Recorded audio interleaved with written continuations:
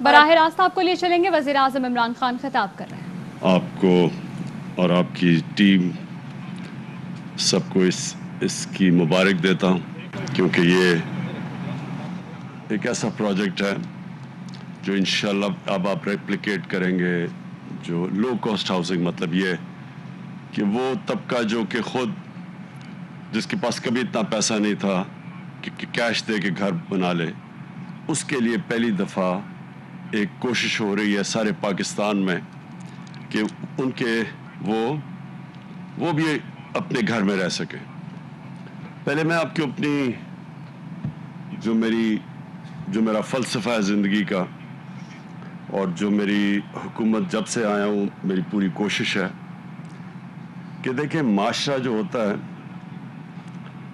اس کی پہچان امیر لوگوں کے بڑے بڑے گھروں میں پیسے والے لوگوں کی سوسائٹیز یا جدھر وہ رہتے ہیں، کبھی بھی ایک معاشرے کی یہ پہچان نہیں ہوتی کہ اس کے امیر لوگ کیسے رہتے ہیں۔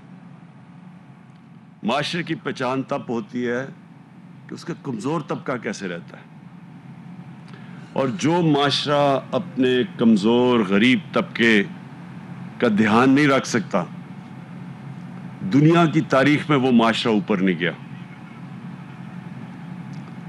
جو ہمارے اور دنیا کے سب سے عظیم لیڈر نبی صلی اللہ علیہ وسلم، انہوں نے جو انقلاب دنیا کی تاریخ کا سب سے بڑا انقلاب آیا تھا، جو انہوں نے مدینہ کی ریاست کو ایک ماڈل بنا کے اس کے اوپر ایک دنیا کی تاریخ کا انقلاب لے کے آئے تھے، اس کا بنیادی فلسفہ یہ تھا کہ ایک معاشرے نے احساس کی اپنے اس طبقے کی جو کہ کمزور تھا، جو غریب تھا، معذور تھے، بیوہ تھے، یتیم تھے۔ یہ کبھی پہلے ایسا نہیں ہوا کہ ایک ریاست نے فیصلہ کیا کہ سب سے پہلے پیسہ ہو یا نہ ہو، ان لوگوں کو، اس طبقے کو ہم نے اوپر اٹھانا ہے۔ اور اس کا دوسرا پہلو، اسی بنیاد رکھی گئی تھی اس معاشرے کی، قانون کی بالادستی کے لیے۔ قانون کی بالادستی کا میں بار بار مطلب سمجھانا چاہتا ہوں، جو بھی ہمارے پاکستان میں نہیں لوگوں کو سمجھ آ رہی۔ قانون کی بالادستی کا مطلب یہ ہوتا ہے کہ طاقتور کو قانون کے نیچے لے کے آنا، کیونکہ کمزور تو بیچارہ ویسے ہی، اس کو تو قانون کی اس لیے ضرورت ہوتی ہے، اس کو تحفظ چاہیے طاقتور سے، لیکن جو طاقتور ہے وہ ہمیشہ اپنے آپ کو قانون کے اوپر رکھتا ہے۔ وہ سمجھتا ہے اس کے لیے پریویلیجز ہونی چاہیے، وہ ڈاکے بھی مارے تو اس کو قانون کو پکڑنا نہیں چاہیے۔ اور جو بھی جس کو بنانا ریپبلک کہتے ہیں، بنانا ریپبلک وہ ہوتی ہے جدھر وہ معاشرہ طاقتور ڈاکوؤں کے لیے ایک علیحدہ قانون رکھتا ہے اور کمزور کے لیے دوسرا رکھتا ہے۔ تو یہ دو چیزیں ہوتی ہیں۔ ایک تو ہم لگے ہوئے ہیں، جد و جہد ہے، یہ بڑی سٹرگل ہے۔ آپ دیکھ رہے ہیں کہ طاقتور قانون کے نیچے نہیں آنا چاہتا، وہ کبھی پی ڈی ایم جیسے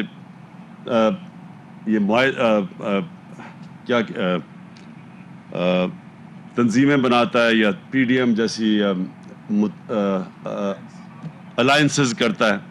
صرف مقصد یہ ہوتا ہے کہ ہمارے لیے ایک قانون ہے، ہمیں عام لوگوں کے قانون کی طرح نہ رکھو، ہم کوئی خاص لوگ آئے ہیں، ہم چوری کریں، ڈاکہ ماریں، منی لانڈرنگ کریں، ہمیں آپ قانون کے نیچے نہیں لا سکتے، تو بلیک میل کرتے ہیں۔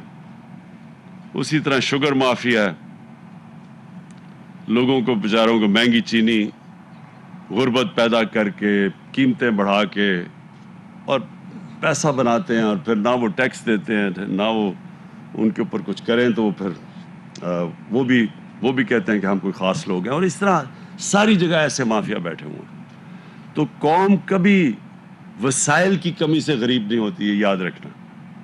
قوم غریب تب ہوتی ہے جب ہمارے نبی صلی اللہ علیہ وسلم نے کہہ دیا تھا کہ تمہارے سے پہلے بڑی قومیں تباہ ہوئی، جیسے طاقتور کے لیے ایک قانون اور کمزور کے لیے دوسرا، تو اس کو رول آف لا کہتے ہیں، قانون کی بالادستی۔ تو ایک یہ ہے، اور دوسرا جو آج جس کے لیے میں یہاں آیا ہوں، ایک آدمی کی، ایک انسان کی بنیادی ضروریات پوری کرنا ایک اسٹیٹ کی سب سے بڑی ذمہ داری ہے۔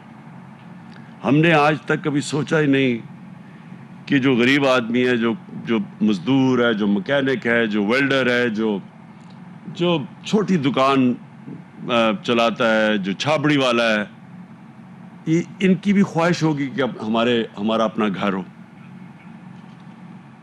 سب سے بڑی چیز ہوتی ہے کہ میں چلے سارا دن محنت کرتا ہوں، جو بھی کرتا ہوں، شام کو ایک ایسی جگہ پہ جاؤں جو میرا گھر ہو۔ یہ سارے انسانوں کے اندر یہ سب سے بڑی خواہش ہوتی ہے۔ اور سب سے بڑی ایک انسان کو انسیکیورٹی، یعنی ایک خوف ہوتا ہے سب سے بڑا، کہ میرے اور میری بیوی بچوں کے سر پہ چھت نہ ہو۔ یہ سب سے بڑا خوف ہوتا ہے۔ کوئی اندازہ نہیں لگا سکتا کہ جب کوئی برا وقت آتا ہے، مثلا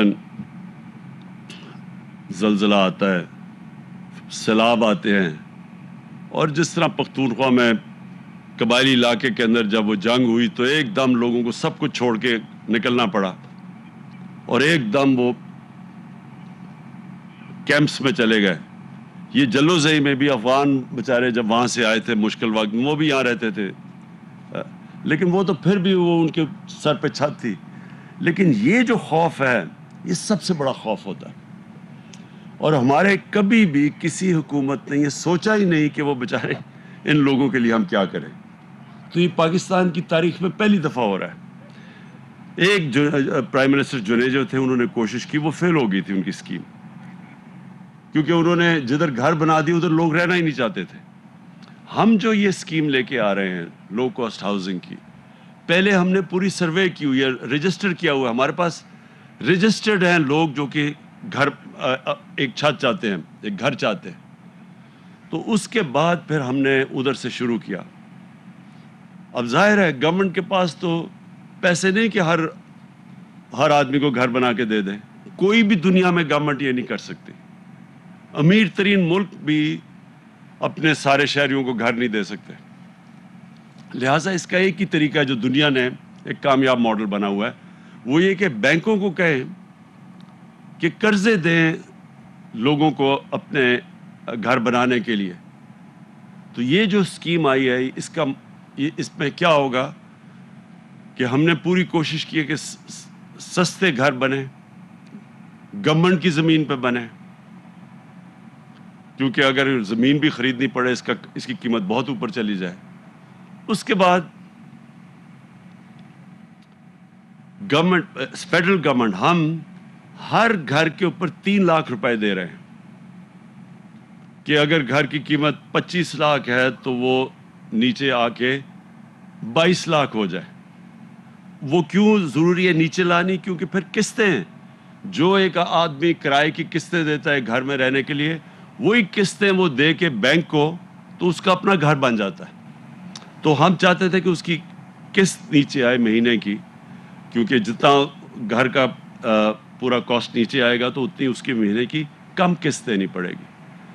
لہٰذا حکومت نے 3 لاکھ روپیہ دیا ہر گھر کے اوپر۔ اور پھر جو کہ ہمارا نیا پاکستان ہاؤسنگ ہے، وہ اس کے ساتھ مل کے یہ کر رہے ہیں، پروونشل گورنمنٹ، پختونخوا کی گورنمنٹ اور نیا پاکستان ہاؤسنگ مل کے یہ کر رہے ہیں، اس لیے 3 لاکھ روپیہ ہر گھر پہ سبسڈی مل رہی ہے۔ اس کے بعد ہم نے بینکوں سے، ہماری گورنمنٹ نے بینکوں سے معاہدے کیے ہوئے ہیں کہ صرف ایک 5 مرلے کے گھر پہ یا کتنا انٹرسٹ 3% صرف مارک اپ یعنی سود دینا پڑے گا، تو تاکہ آسان ہو، قسط زیادہ نہ ہو مہینے کی۔ اور انشاءاللہ یہ جب شروع ہو جائے، اب باقی سارے ہم پختونخوا میں اور بھی جگہ ڈھونڈ رہے ہیں، جس طرح کہا اس کی ابھی ہمیں پورا، یہ تو پہلی اس کی سٹیج ہے، پہلا فیز ہے، یہ اور بڑھتے جائیں گے۔ یہ سارا علاقے میں کتنا ٹوٹل آپ کا علاقہ ہے؟ 9,000 کنال، 9,800 کنال۔ سو یہ پہلے فیز پہ بنیں گے اور پھر سارے علاقے کے اندر۔ اور یہ بھی آپ نے اچھا کیا کہ آپ 4 فلورز اوپر لے کے جائیں گے۔ دیکھیں یہ بھی بہت ضروری ہے ہماری قوم کو سمجھنا کہ ہماری آبادی بڑھتی جا رہی ہے اور ہمارے شہر پھیلتے جا رہے ہیں۔ اور جس طرح شہر پھیلتے جائیں گے ہمیں پرابلم آئے گا فوڈ سیکیورٹی کا. ہمیں مسئلہ آنے والا ہے کہ ہماری جو زمین ہے جس پہ ہم کاشت کرتے ہیں، اناج اگاتے ہیں، وہ کم ہوتی جا رہی ہے کیونکہ شہر پھیلتے جا رہے ہیں. اس لیے ساری دنیا میں انہوں نے اس کا طریقہ ایسے نکالا تھا کہ وہ اوپر جانا شروع ہو گئے، بجائے یہ کہ ادھر پھیلیں وہ ہائی رائزز کی طرف جائیں، اونچی بلڈنگز کی طرف جائیں. تو اس کی ہمیں عادت ڈالنی پڑے گی. کئی لوگوں کو ابھی تک عادت نہیں ہے لیکن یہ ڈالنی پڑے گی کیونکہ وقت کی ضرورت ہے. ہم اور زمین اپنی نہیں اس صرف ہاؤسنگ کے لیے استعمال کر سکتے. ہم نے اپنی ساری عوام کو ان کو کھانا بھی دینا ہے، ان کی فوڈ سیکیورٹی کا بھی دھیان رکھنا ہے. تو انشاءاللہ یہ جو ہماری اسکیم ہے یہ اب چل پڑی ہے. میں پھر سے کہتا ہوں دیر اس لیے لگی کیونکہ بینک پیسے دینے کے لیے تیار نہیں تھے، اب تک قرضے دینے کے لیے نہیں تیار تھے. بینک کیوں نہیں تیار تھے؟ کیونکہ ایک قانون تھا پھنسا ہوا تھا، پتہ نہیں 11-12 سالوں سے پھنسا ہوا تھا عدالتوں میں، جس کو کہتے ہیں فور کلوجر لا. فور کلوجر کا مطلب کہ اگر بینک جب تک ان کو یہ ایشورٹی نہ ہو کہ اگر وہ قسط نہیں دیتا تو وہ اس کے خلاف ایکشن نہیں لے سکتے، تو ان کے تو پیسے پھنس جانے تھے. تو اس لیے بینک پیسے نہیں دیتے تھے. اب یہ قانون آ گیا، اب بینکس کو پروٹیکشن مل گئی ہے، اس لیے اب بینک سامنے آ رہے ہیں. میں یہ ضرور کہوں گا کہ ابھی بینکس کو عادت نہیں پڑی اس چیز کی، ان کو ابھی چھوٹے لوگوں کو قرضے دینے کی ان کو عادت نہیں ہے. اور میں سارے بینکس کے ہیڈز کو بار بار کہتا ہوں کہ اپنے ٹرین کرے اپنے سٹاف کو کہ جب ایک غریب آدمی آتا ہے تو اس کو کیسے سروس کرنا ہے انہوں نے. اس کی وجہ سے ابھی بھی سلو ہے ہماری جو سارے پاکستان میں اسکیم چل رہی ہے. لیکن یہ جو اسکیم ہے اس کے لیے آسانی اس لیے ہے کیونکہ آپ کے پاس تو زیادہ لوگ آ چکے ہیں، تو آپ تو پھر قرعہ اندازی کریں گے ان کو دینے کے لیے جو لوگ اپلائی کر رہے ہیں. ہماری جو کوشش ہے کہ ہمارے جو عام لوگ ہیں، جو ہمارے غریب لوگ ہیں، ان کو یہ حکومت پوری پروٹیکشن دے. میں آج پختونخوا حکومت کو خاص طور پہ خراج تحسین بھی پیش کرتا ہوں، مبارک بھی دیتا ہوں کہ انہوں نے جو ہیلتھ کارڈ دیا، جو ہیلتھ انشورنس ہے، آپ کو پتہ نہیں اس چیز کا علم ہے یا نہیں، امیر ترین ملک بھی سارے شہریوں کو ہیلتھ انشورنس نہیں دے سکتے. یہ بہت بڑی آپ نے سٹیپ اٹھایا ہے، اور کیونکہ اس سے اللہ سب سے زیادہ خوش ہوتا ہے.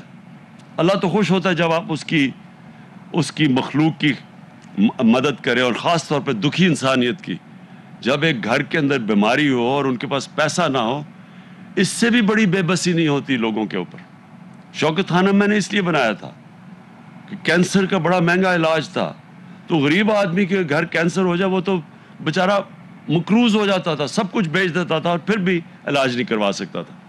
تو یہ جو آپ نے ہیلتھ انشورنس دی ہے محمود خان، آپ نے پہلا صوبہ سارے پاکستان میں جس نے سارے اپنے شہریوں کو 10 لاکھ روپے ہر خاندان کے پاس آپ نے دے دیا ہے ہیلتھ کارڈ کے ذریعے کہ وہ جا کے کسی بھی ہسپتال میں اپنا علاج کروا سکتے ہیں. یہ ایک سارا ہیلتھ کا سیکٹر میں انقلاب آپ لے آئے ہیں. اس سے اب ہسپتال بنیں گے سارے علاقوں میں. گورنمنٹ تو اتنے ہسپتال نہیں بنا سکتی. ہمارے تو پاس مشکل سے پیسے ہیں جو ہسپتال بنے ہوئے ہیں انہیں صحیح طرح چلائے، لیکن پرائیویٹ سیکٹر آ کے ہسپتال بنائے گا کیونکہ اب ہیلتھ کارڈ آ گیا لوگوں کے پاس. تو یہاں جلو زئی جیسے علاقے میں بھی جو کبھی کسی نے ہسپتال نہیں بنانا تھا، اب وہ آ کے بنائیں گے کیونکہ ان کو پتہ ہے کہ لوگوں کے پاس ہیلتھ کارڈ ہے، لوگ پیسہ دے سکتے ہیں ان کو. اس سے انشاءاللہ ایک ہسپتالوں کا جال پھیلے گا پاکستان میں، اور پرائیویٹ سیکٹر آئے گا. ان کی اور بھی ہم مدد کر رہے ہیں، سستی ان کو زمینیں دیں گے ہسپتال بنانے کے لیے. ڈیوٹی فری جو پاکستان میں کوپنڈی بنتی وہ بلوائیں گے. تو ایک یہ دوسرا آپ کا ہیلتھ کارڈ ہے. تیسرا پناہ گاہ ہے. یہ بھی بڑا زبردست کام ہے، اور یہ بھی انشاءاللہ ہماری کوشش ہے کہ سارے پاکستان میں یہ پھیل جائے کہ مزدور بیچارے جو دور دور سے آتے ہیں کام کرنے کے لیے، دہاڑی لگانے کے لیے پیسے بنائیں تاکہ اپنے بیوی بچوں کو پیسہ بھیجیں. تو ان کے لیے تو بہت بڑی سہولت ہے کہ وہ آ کے ایک پناہ گاہ میں رہ سکتے ہیں، اور ان کو کھانا بھی وہاں مفت ملتا ہے، وہ ان کو کرایہ بھی نہیں دینا پڑتا، ان کو اچھی وہ نہا دھو بھی سکتے ہیں، اور وہ پھر جو پیسہ بچتا ہے وہ سارا اپنے بیوی بچوں کو دیتے ہیں. یہ بھی ایک اللہ کی طرف سے زبردست سہولت ہے، اور اس میں پختونخوا پوری شرکت کر رہا ہے. اور میں یہ چاہتا ہوں کہ ابھی سے آپ کو لوکیٹ کرنی چاہیے جگہیں.